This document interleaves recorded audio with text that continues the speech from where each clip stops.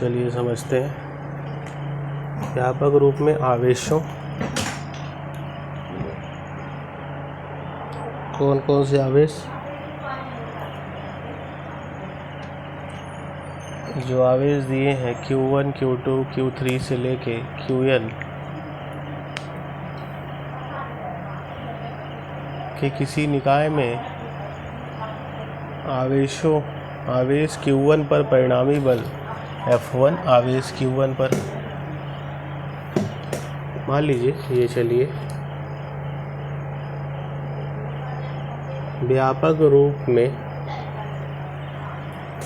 व्यापक रूप में आवेशों, कौन कौन से आवेश हैं?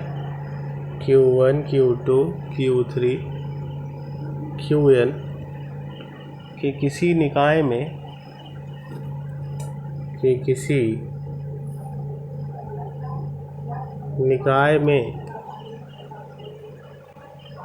आवेश Q1 पर परिणामी बल F1, ये मान लीजिए Q1 आवेश है, इस पर परिणामी बल F1 लग रहा है।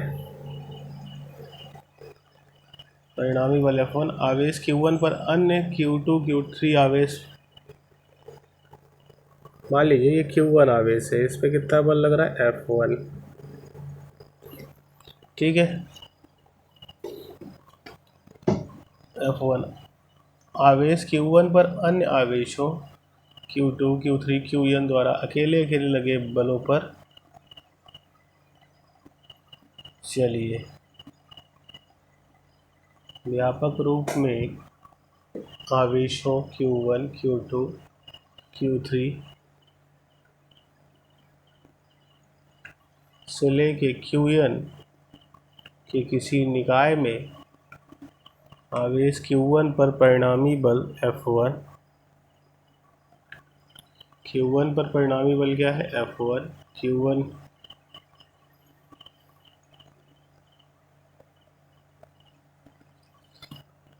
चलिए इसको फिर से समझते हैं।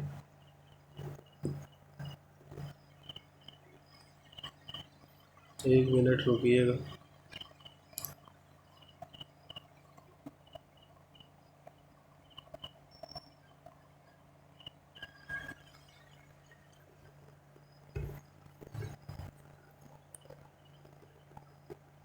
व्यापक रूप में आवेशों Q1, Q2, Q3 से लेके Qn के किसी निकाय में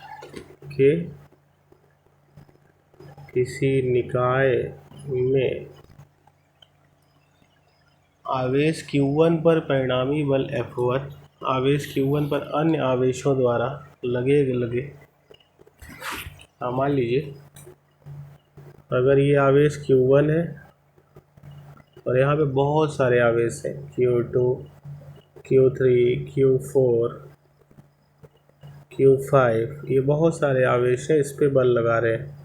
Q2 Q1 पे बल लगा रहा है, Q3 Q1 पे बल लगा रहा है, Q4 Q1 पे बल लगा रहा है, Q5 Q1 पे बल लगा रहा है। मान लीजिए Q2 Q1 पे F12 बल लगा रहा है, तो F12 क्या है? 1 पे लगने वाला बल 2 के द्वारा। Q3 Q1 पे लगाएगा, 1 पे लगने वाला बल 3 के द्वारा। Q4 Q1 पे लगाएगा, 1 पे लगने वाला बल 4 के द्वारा। Q5 Q1 पे बल लगाएगा, 1 पे लगने वाला बल 5 के द्वारा। तो ये बहुत सारे बल लग रहे हैं। अगर इन बलों को जोड़ दिया जाए तो 1 पे लगने वाला कुल बल आ जाएगा। तो अगर 1 पे लगने वाला फोर्स मैं F1 बोलूँ तो 1 पे लगने वाला जो टोटल फोर्स होगा फोर्स ऑन 1 ड्यू टू 1 पे लगने वाला बल 2 के द्वारा, 1 पे लगने वाला बल 3 के द्वारा, 1 पे लगने वाला बल 4 के द्वारा और 1 पे लगने वाला बल 5 के द्वारा।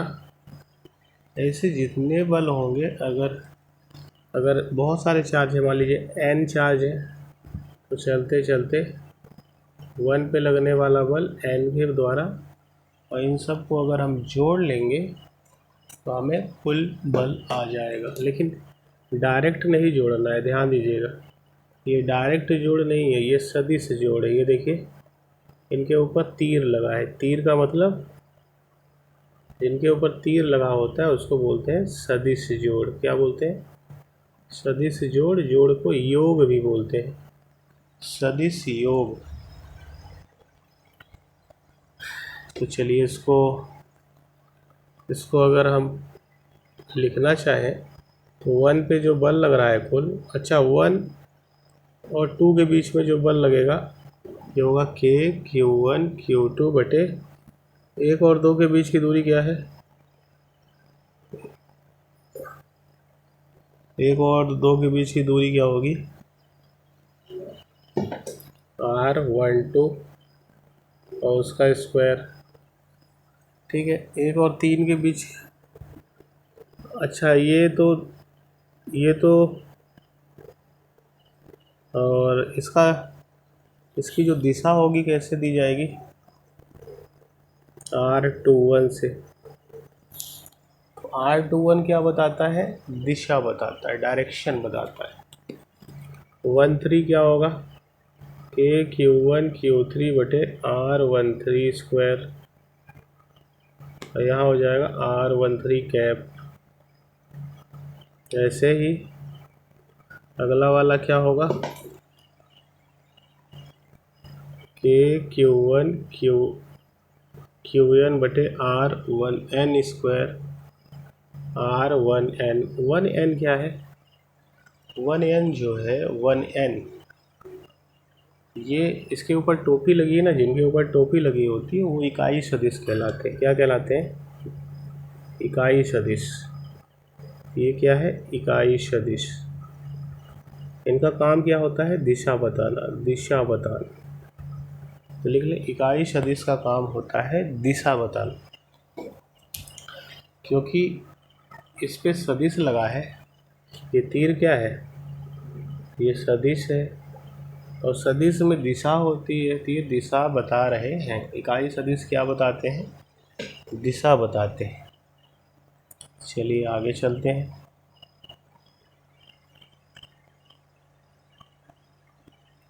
इकाई सदिश क्या बताते हैं? दिशा बताते हैं।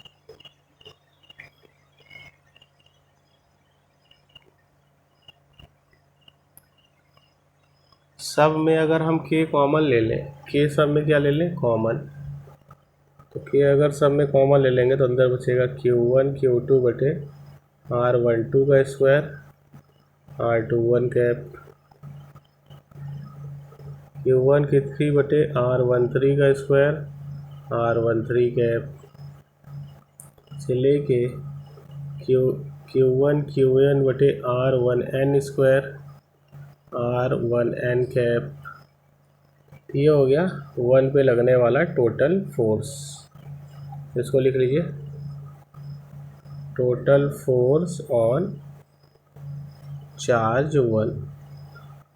चार्ज 1 पे लगने वाला टोटल फोर्स हम इस तरह से निकाल लेंगे। आगे चलिए, कुछ उदाहरण दिए गए हैं, इसको हम सॉल्व करते हैं।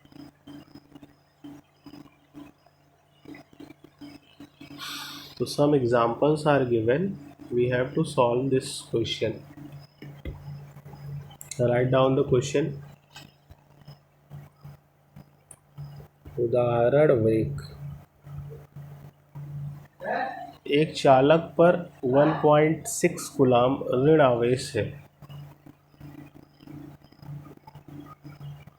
एक चालक पर 1.6 कूलाम ऋण आवेश है, तो उस पर सामान्य अवस्था में कितने इलेक्ट्रॉन अधिक हैं? तो उस पर सामान्य अवस्था में कितने इलेक्ट्रॉन अधिक हैं? एक चालक पर कितने आवेश है? 1.6 कूलाम ऋण आवेश है। तो सामान्य अवस्था में कितने इलेक्ट्रॉन अधिक हैं? बताइए कितने इलेक्ट्रॉन। तो Q बराबर होता है Ne। तो एक चालक पर आवेश कितना दिया है? आवेश दिया है 1.6 कूलाम। अच्छा, इलेक्ट्रॉन पूछा है। N क्या है? इलेक्ट्रॉनों की संख्या।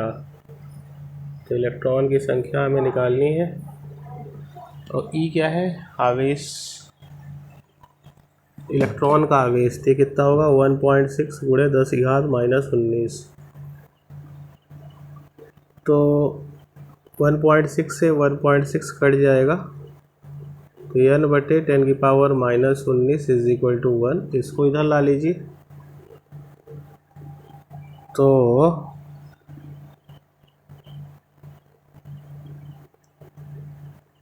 सॉरी कितना होगा? यहाँ 1 बचेगा। 1 is equal to n into 10⁻⁻19। ये हो जाएगा n/10⁻19 इज इक्वल टू 1। इसको इधर ला लेंगे तो n हो जाएगा 10⁻19। यानी कितने उस पे इलेक्ट्रॉन अधिक होंगे? 10⁻19। एक चालक पर 1.6 कूलाम ऋण आवेश है, तो उस पे सामान्य अवस्था में कितने इलेक्ट्रॉन अधिक हैं? 10⁻19। तो n क्या हो गया? n हो गया उस पे नंबर ऑफ इलेक्ट्रॉन। इलेक्ट्रॉन की संख्या लिख लीजिए। इलेक्ट्रॉन की संख्या, इसको लिख लें। फिर आगे चलते हैं।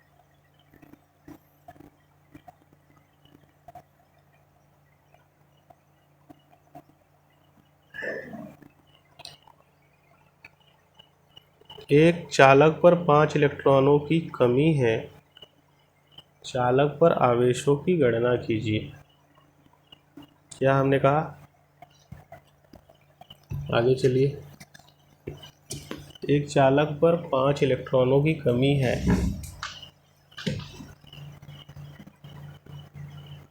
कारण 2,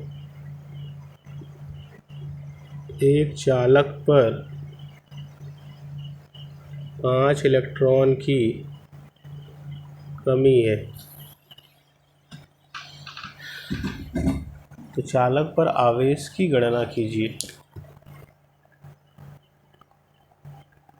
चालक पर आवेश की गणना कीजिए। चलिए, एक चालक पर 5 इलेक्ट्रॉन की कमी है, तो n दिया है। n कितना दिया है? n दिया है 5 इलेक्ट्रॉन की कमी है।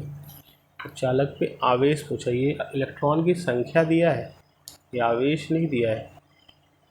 तो आवेश कितना हो जाएगा? Q बराबर Ne। n कितना दिया है? n दिया है 5।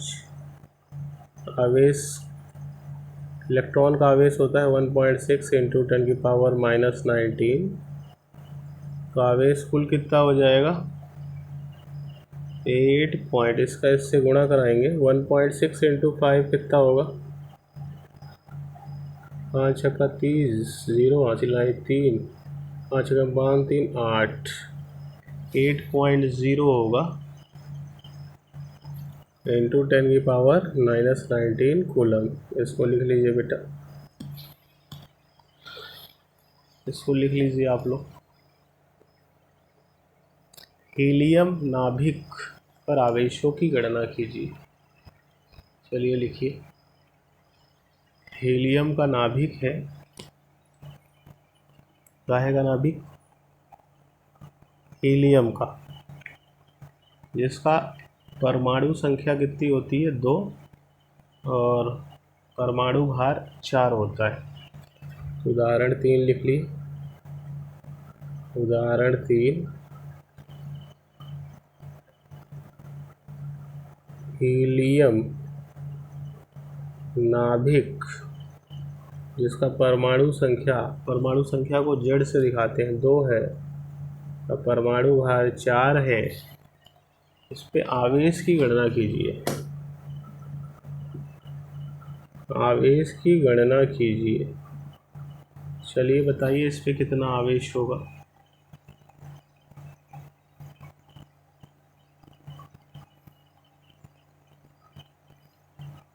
आवेश कितना होगा?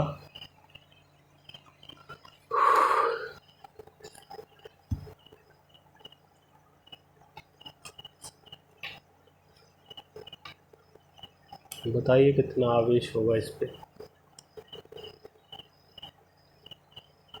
तो हीलियम नाभिक में प्रोटॉनों की संख्या 2, न्यूट्रॉनों की संख्या होगी हीलियम नाभिक में प्रोटॉनों की संख्या 2 और न्यूट्रॉनों की संख्या होगी, परमाणु भार में प्रोटॉन की संख्या घटा दीजिए। देखिए प्रोटॉन प्लस न्यूट्रॉन की संख्या, प्रोटॉन और न्यूट्रॉन की संख्या अगर जोड़ते हैं तो क्या आता है? प्रोटॉन और न्यूट्रॉन की संख्या अगर जोड़ते हैं, if we add number of proton and number of neutron, तो हमें क्या मिलता है? हमें मिलता है एटॉमिक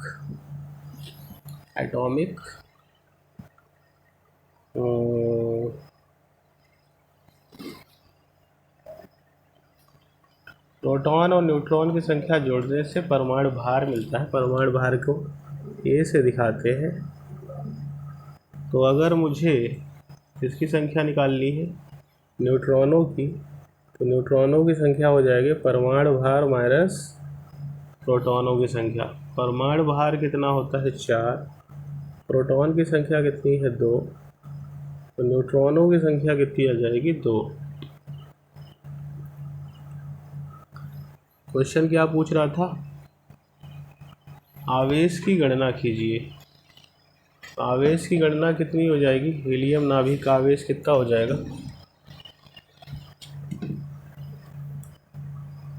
तो नाभिक का आवेश कैसे निकलेगा? प्रोटॉनों की संख्या गुणे एक प्रोटॉन का आवेश।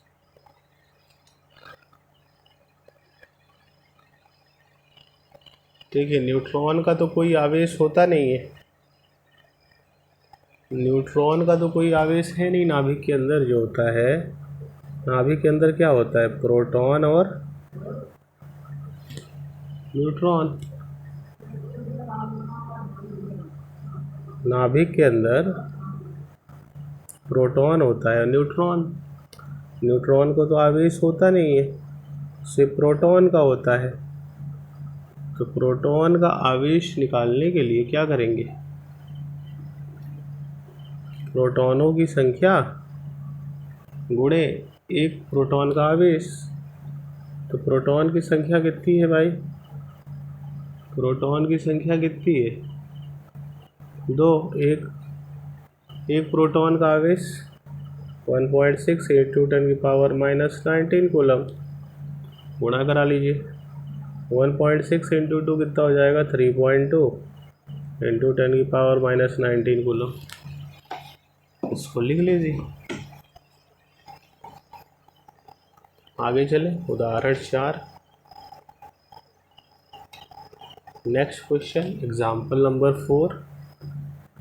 Moving towards next question.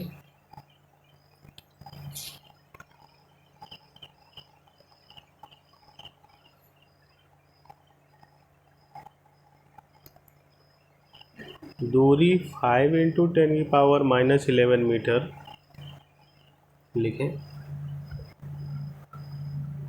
उदाहरण 4।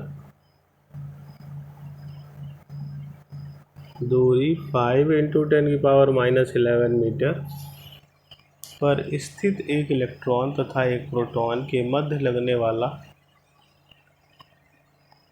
गुरुत्वाकर्षण विद्युत बलों तथा विद्युत बलों की गणना कीजिए। तथा इन बलों की तुलना भी कीजिए। दिया है इलेक्ट्रॉन तथा प्रोटॉन पर आवेश का परिमाण इतने कूलम। चलिए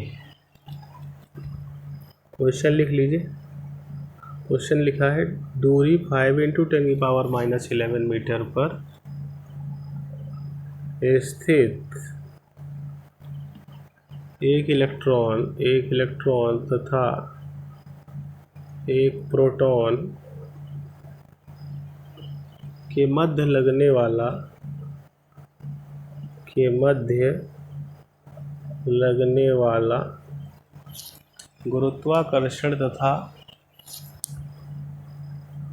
गुरुत्वाकर्षण तथा विद्युत बल की गणना कीजिए। चलिए गणना कीजिए तथा इन बलों की तुलना भी कीजिए।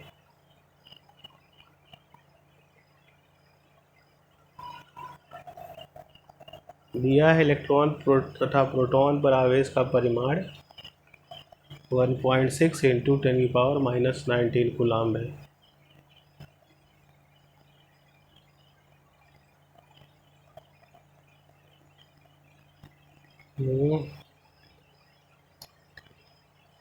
एक बार और प्रश्न लिख देते हैं।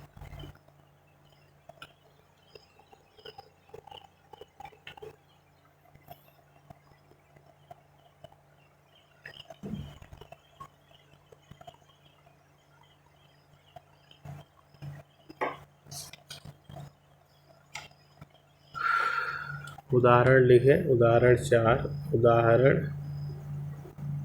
4 दूरी 5 × 10⁻11 दूरी 5 × 10⁻11 मीटर पर स्थित एक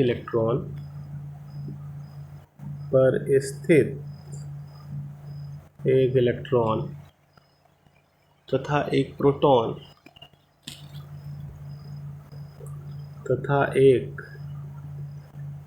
प्रोटॉन के मध्य लगने वाले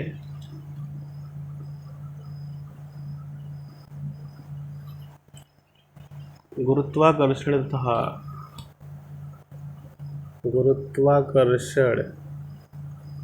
तथा विद्युत बलों की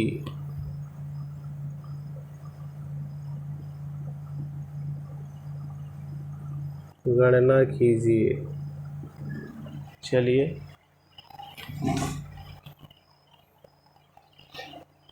तथा इनकी तुलना भी कीजिए।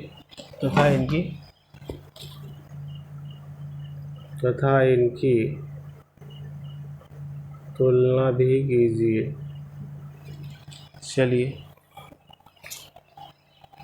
दिया है इलेक्ट्रॉन तथा प्रोटॉन पर आवेश का परिमाण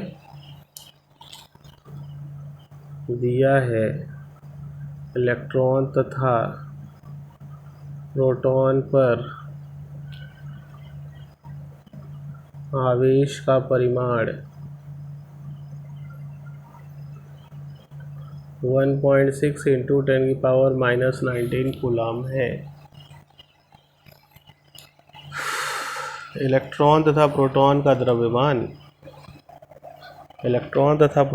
द्रव्यमान चलिए आगे लिखिए। इलेक्ट्रॉन तथा प्रोटॉन का द्रव्यमान इलेक्ट्रॉन का कितना है 9.1 × 10⁻31 किलो और प्रोटॉन का कितना है 1.6 × 10⁻27 किलो है। और गुरुत्वाकर्षण नियतांक कितना है जी का मान 1.6 ×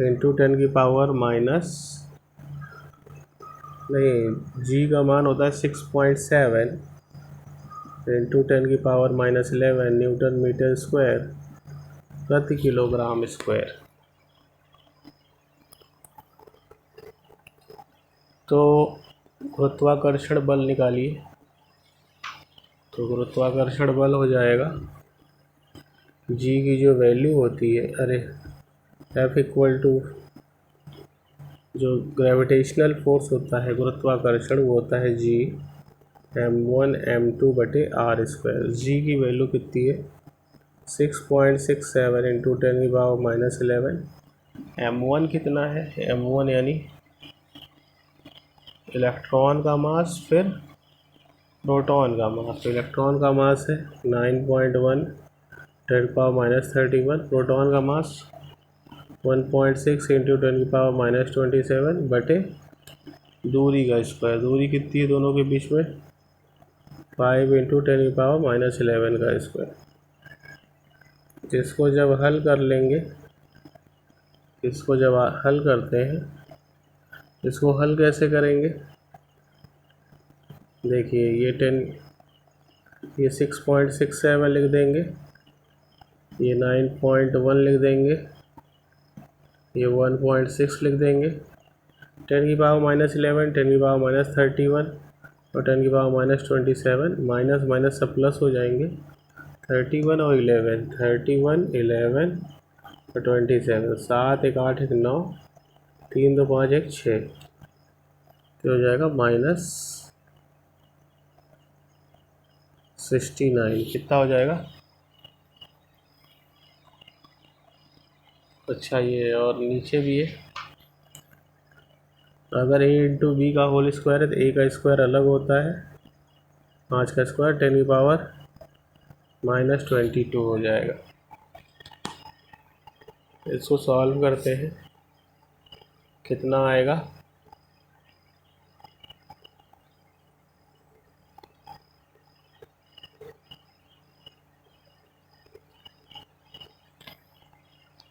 इसको जब पूरा ये गुणा कराएंगे आप और इसका तो ये जो वैल्यू आएगी ये आएगा 3.9 और -69 और ये जाके उधर +22 हो गया, तो -69 +22, तो 9 में 2 गए 7, -6 में 2 गए -4, तो -47 हो जाएगा। तो कितना हो जाएगा, तो ये न्यूटन आएगा। ये F ग्रेविटेशनल हो गया, ये हो गया गुरुत्वाकर्षण बल। क्या हो गया, ग्रेविटेशनल फोर्स। क्या हो गया बेटा, ग्रेविटेशनल फोर्स।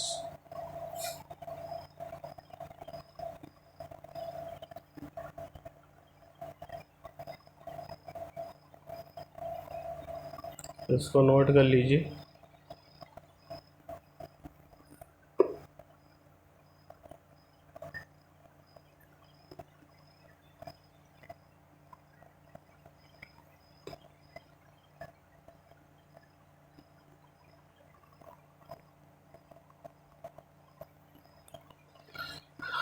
आगे चलते हैं।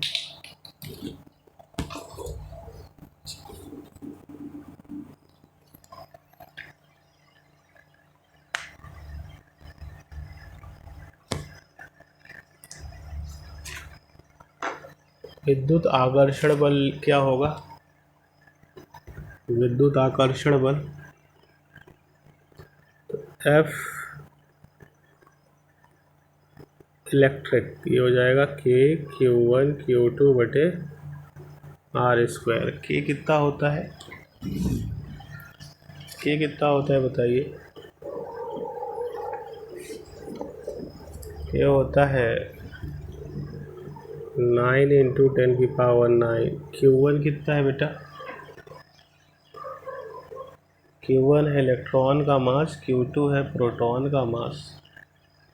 Q1 है 1.6 इंटू 10⁻19, Q2 कितना है 1.6 इंटू 10⁻19। अच्छा दोनों ही इलेक्ट्रॉन है। अच्छा इलेक्ट्रॉन प्रोटॉन का आवेश बराबर ही होता है, ठीक है। यहाँ पे आवेश था और इसके पहले जो गुरुत्वाकर्षण था उसमें द्रव्यमान था Gm1 m2 बटे आर स्क्वायर।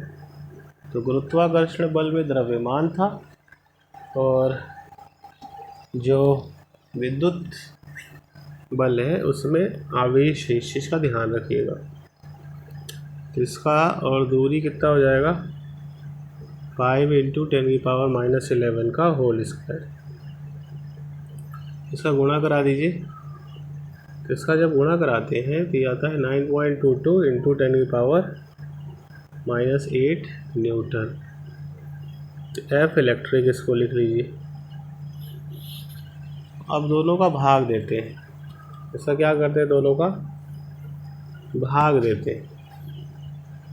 एफ इलेक्ट्रिक बटे एफ ग्रेविटेशनल। इलेक्ट्रिक फोर्स कितना है 9.22 × 10⁻8। ग्रेविटेशनल फोर्स कितना है 3.9 × 10⁻47। दोनों को जब सॉल्व किए इतना आ गया, यानी एक से ज़्यादा आ रहा है तो ऊपर वाला मान ज़्यादा होगा। तो ऊपर वाला मान जो तो स्पष्ट है कि गुरुत्वाकर्षण बल विद्युत बहुत कम होता है। देखिए ऊपर वाला ज़्यादा है। देखिए ये जो एफ इलेक्ट्रिक होगा ये एफ ग्रेविटेशनल से कितना ज़्यादा होगा 2.36 × 10⁻⁻39। तो जो विद्युत वाला बल होगा वो गुरुत्वाकर्षण बल से इतना ज़्यादा होगा। तो गुरुत्वाकर्षण बल बहुत कम होता है। इसी कारण परमाणु में इलेक्ट्रॉन तथा प्रोटॉन के बीच गुरुत्वाकर्षण बल नगण्य मानते हैं। अच्छा, ये जो इलेक्ट्रॉन है यहाँ पे देखिए,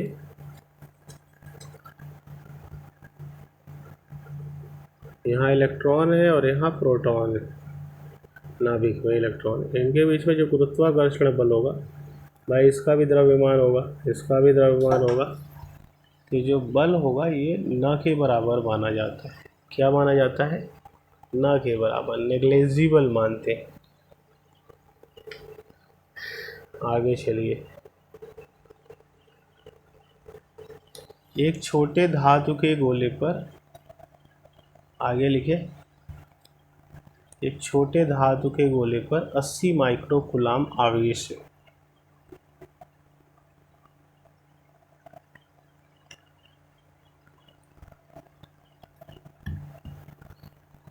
राइट द क्वेश्चन।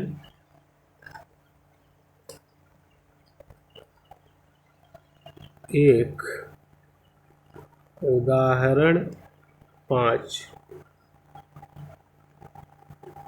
एक छोटे धातु के गोले पर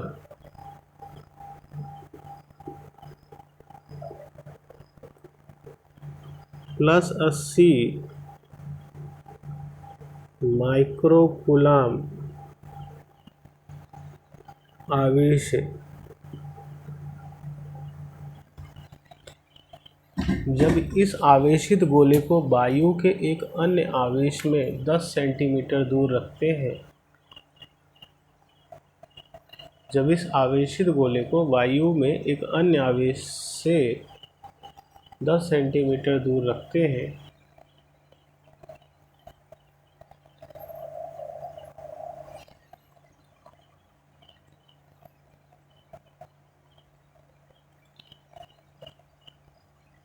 तो दोनों आवेशों में 50 मिलीग्राम भार के बराबर विद्युत बल आरोपित होने लगता है। दूसरे आवेश के मान की गणना कीजिए।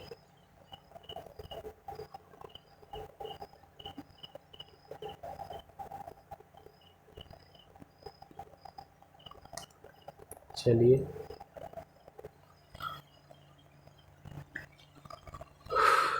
क्वेश्चन लिखते जाइए।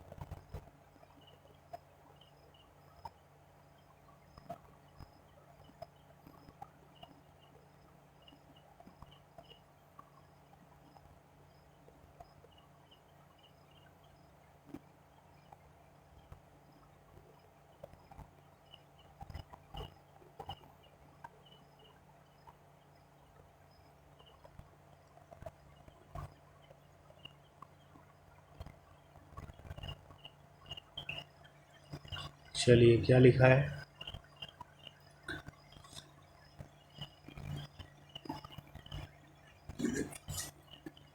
एक छोटे धातु के गोले पर, एक छोटा धातु है उसके गोले पर +80 माइक्रोकुलम आवेश है।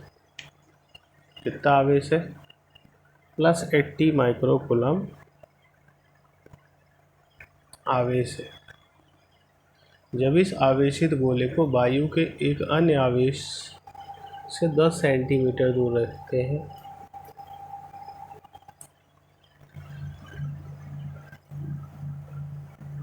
+80 माइक्रोकुलम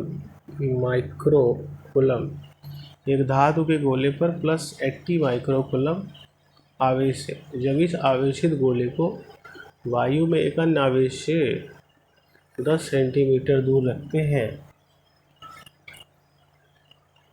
तो दोनों आवेशों में 50 मिलीग्राम भार के बराबर विद्युत बल आरोपित होने लगता है। दूसरे आवेश के मान की गणना कीजिए।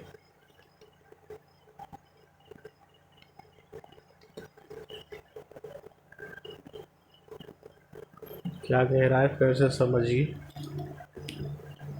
एक छोटे धातु के गोले पर +80 माइक्रोकुलम, देखिए धातु का गोला है, इसमें +80 माइक्रोकुलम, माइक्रोकुलम को जब कुलम में बदलते हैं तो 10⁻⁻⁶ कुलम हो जाता है।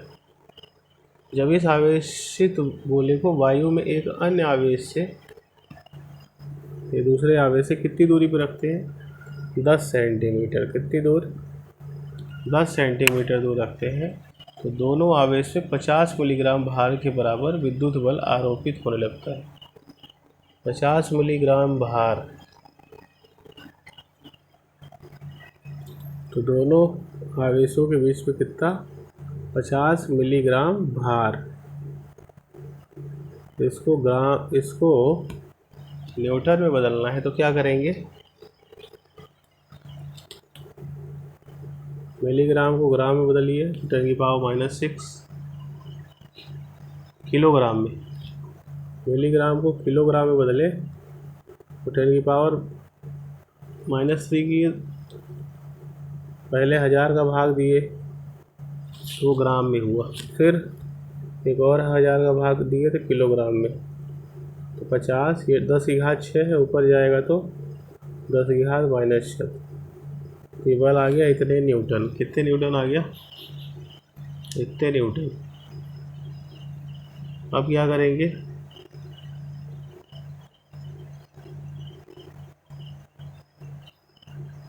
तो दोनों आवेशों के बीच में बल कैसे निकलेगा, बल होगा 4.9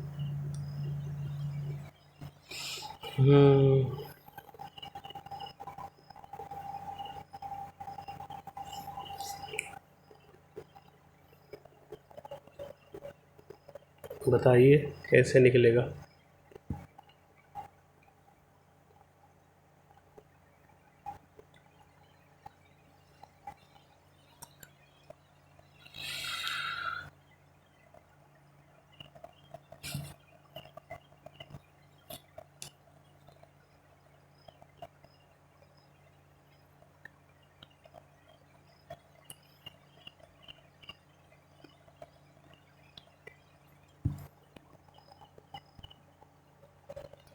एक धातु के गोले पर, ये धातु है, +80 माइक्रोकुलम का आवेश है।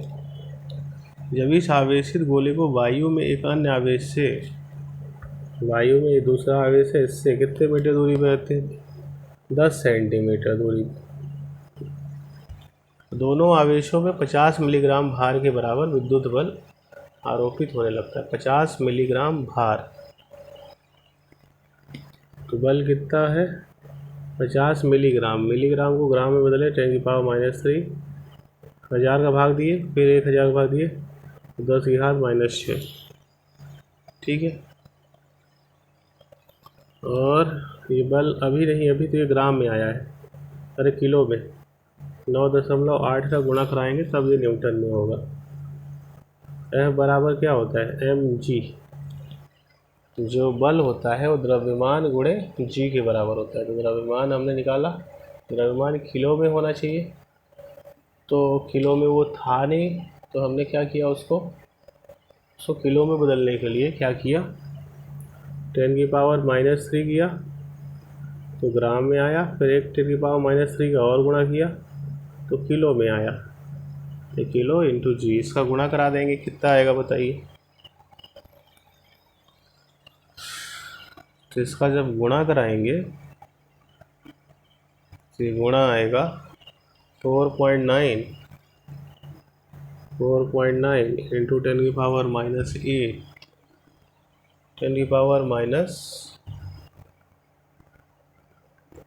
10⁻⁴ न्यूटन, 10⁻⁴ न्यूटन, ये हो गया बल। ठीक है, 10 सेंटीमीटर। तो दूसरे आवेश का मान ज्ञात कीजिए। चलिए, तो हम जानते हैं बल होता है K Q1 Q2 बटे r²। K का मान कितना, 9 इंटू 10⁹ Q1 कितना है 80 × माइक्रो कूलाम है, इसको कूलाम में बदलना पड़ेगा। कूलाम में बदलने के लिए क्या करेंगे, 10⁻⁻⁶। Q2 कितना है, Q2 अपन को नहीं पता है, बटे दोनों के बीच की दूरी कितनी है 10 सेंटीमीटर। तो मीटर बदलने के लिए क्या करेंगे, 100 का भाग देंगे, 0 0 कटा 0.1²। तो दोनों के बीच में बल आ जाएगा, कितना आएगा बताइए।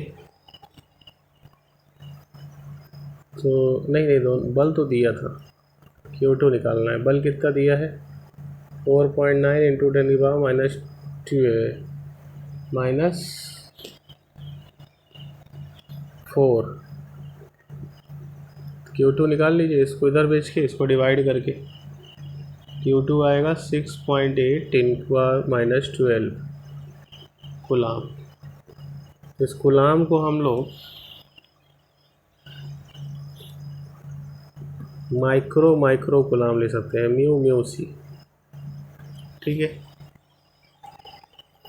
आगे चलिए उदाहरण 6 देखते हैं। एग्जाम्पल 6 देखते हैं। दो ठीक एक समान धातु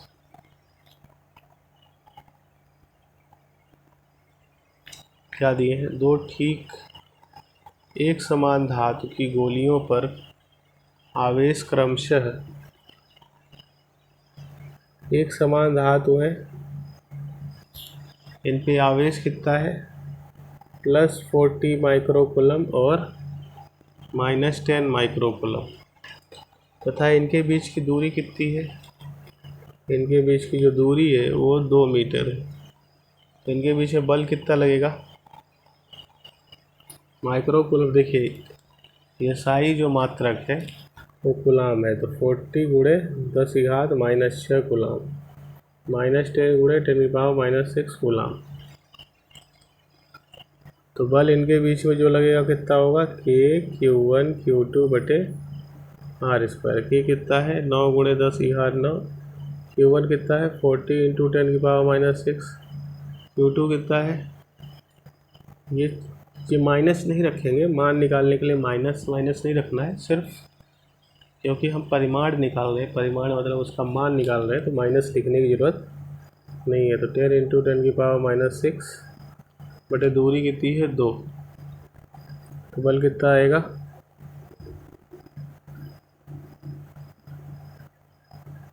तो ये घात जुड़ जाएगी 9 40 10, 360 × 10 10⁻⁻6 10⁻⁻6 10⁻⁻12 हो जाएगा, तो 9 - 12 हो जाएगा 10⁻³ बटे 2 का स्क्वायर 4,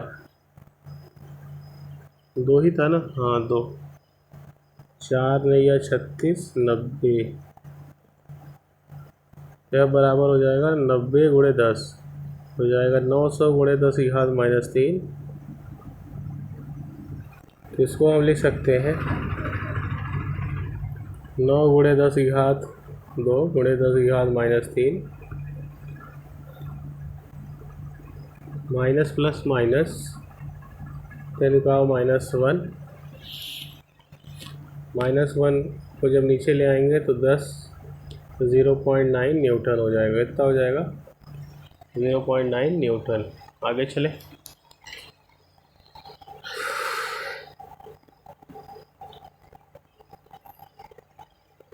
चलिए और देख लेते हैं।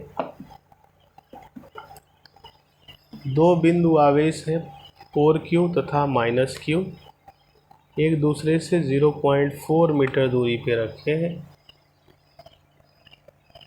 चलिए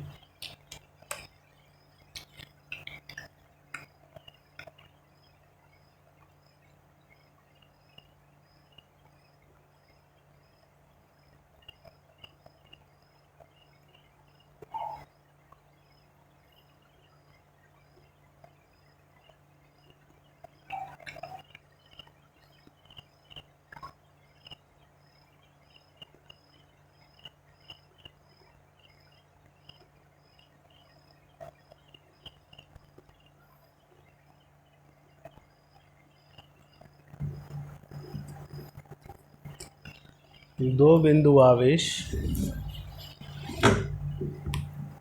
उदाहरण 7। दो बिंदु आवेश +4q तथा -q वायु में एक दूसरे से +4q तथा -q वायु में एक दूसरे से 0.4 मीटर की एक दूसरे से 0.4 मीटर की दूरी पर रखे हैं। तो चलिए ये +4q हो गया और ये हो गया -q। दोनों के बीच की दूरी कितनी हो गई? 0.4 मीटर। बताइए इन दोनों आवेशों को मिलाने वाली रेखा के किस बिंदु पर तीसरा आवेश रखा जाए कि उसके बीच में कोई बल ना लगे। तो इनके बीच में, तो बताइए इन दोनों आवेशों को मिलाने वाली रेखा के किस बिंदु पर, इन दोनों आवेशों को मिलाने वाली ये जो रेखा है इसे किस बिंदु पर तीसरा आवेश रखा जाए इस पे कोई बल ना लगे। तो चलिए इसको मिलाने वाली रेखा बढ़ा लेते हैं। तो ये 4q हो गया और ये कितना हो गया? -q। और इसको मिलाने वाली ये रेखा हो गई। इस पे तीसरा आवेश हम कहाँ पे रखें? चलिए यहाँ पे मान लेते हैं तीसरा आवेश रख रहे हैं। हम चाहते हैं कि इस पे कोई बल ना लगे। इन दोनों के बीच की दूरी क्या है? r मान लिए। और हम इस यहाँ से अपने मान लिया x दूरी पे हम तीसरा आवेश रख रहे हैं। हम चाहते हैं इस पे कोई बल न लगे। इन दोनों आवेश को मिलाने वाली जो रेखा है, इस रेखा में हमने एक तीसरा आवेश रख दिया। हम चाहते हैं कि इस पे अब कोई बल न लगे। तो अगर हम कोई बल चाहते हैं न लगे तो क्या होगा? ये वाला आवेश इस पे इधर बल लगाएगा तो ये वाला आवेश इसको अपनी तरफ आकर्षित करेगा। तो ये वाला उसको प्रतिकर्षित करेगा और ये वाला इसको आकर्षित करेगा।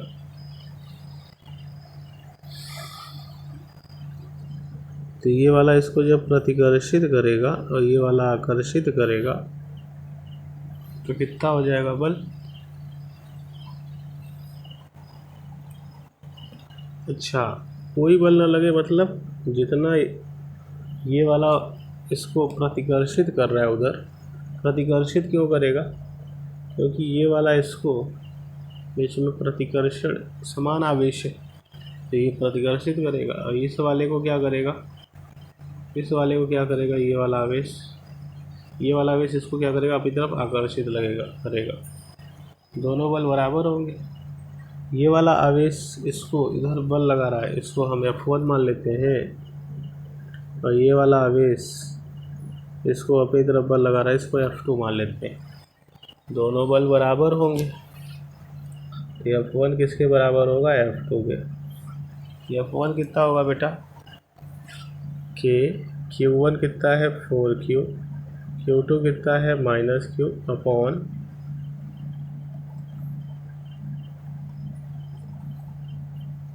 दोनों आवेश के बीच की दूरी r + x का होल स्क्वायर, यहाँ से यहाँ तक की दूरी इज इक्वल टू यहाँ से यहाँ के बीच दूरी K। Q1 कितना है, -Q, चिन्ह नहीं रखेंगे, Q0 बटे x²। दोनों के बीच की दूरी है x, और कोई बल लगे मतलब दोनों बराबर बल लगाएं। K से K कट गया, Q से Q कट गया, कितना आएगा बताइए, -Q। -Q लिखने की जरूरत नहीं है, सिर्फ आवेश लिखेंगे।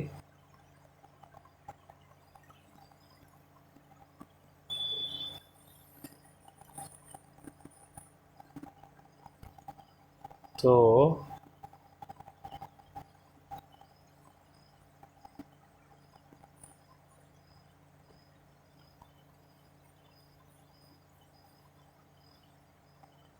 Q से Q कट गया, अच्छा ये स्मॉल q है। 4Q और इसके बीच का बल देखिए ना, स्मॉल q होगा। यहाँ पे स्मॉल q रखेंगे,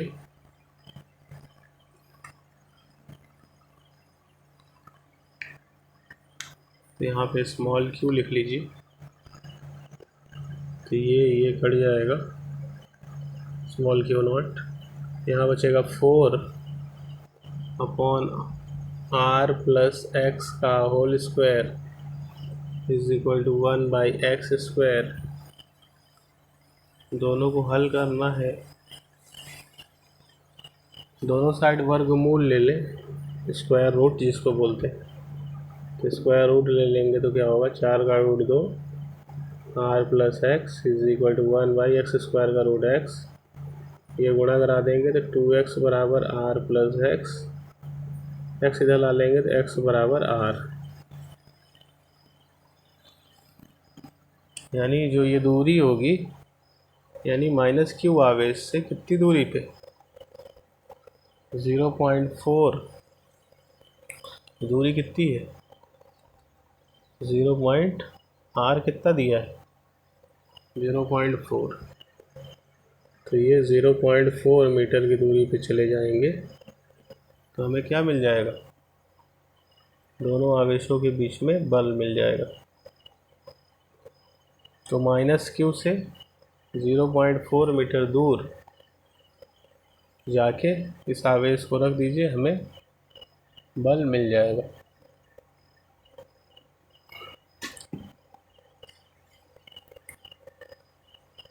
एक और प्रश्न करते हैं।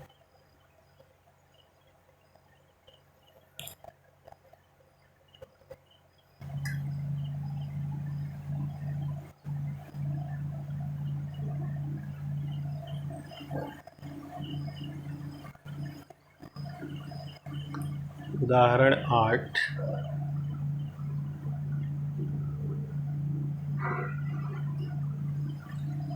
भुजा ए के समबाहु त्रिभुज के तीनों कोनों, ये समबाहु त्रिभुज है,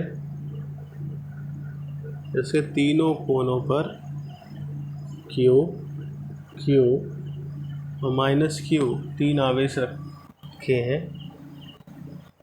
प्रत्येक आवेश पर परिणामी बल ज्ञात कीजिए। भुजा ए के समबाहु त्रिभुज के, एक ऐसा त्रिभुज है समबाहु, समबाहु यानी समान बाहु, यानी जिनकी सभी भुजा बराबर है। 3 आवेश रखे हैं, कौन कौन, Q, Q -Q। तो Q यहाँ पे Q और ये -Q, 3 आवेश रखे हैं। तीनों में परिणामी बल बताइए कितना होगा, बताइए कितना होगा।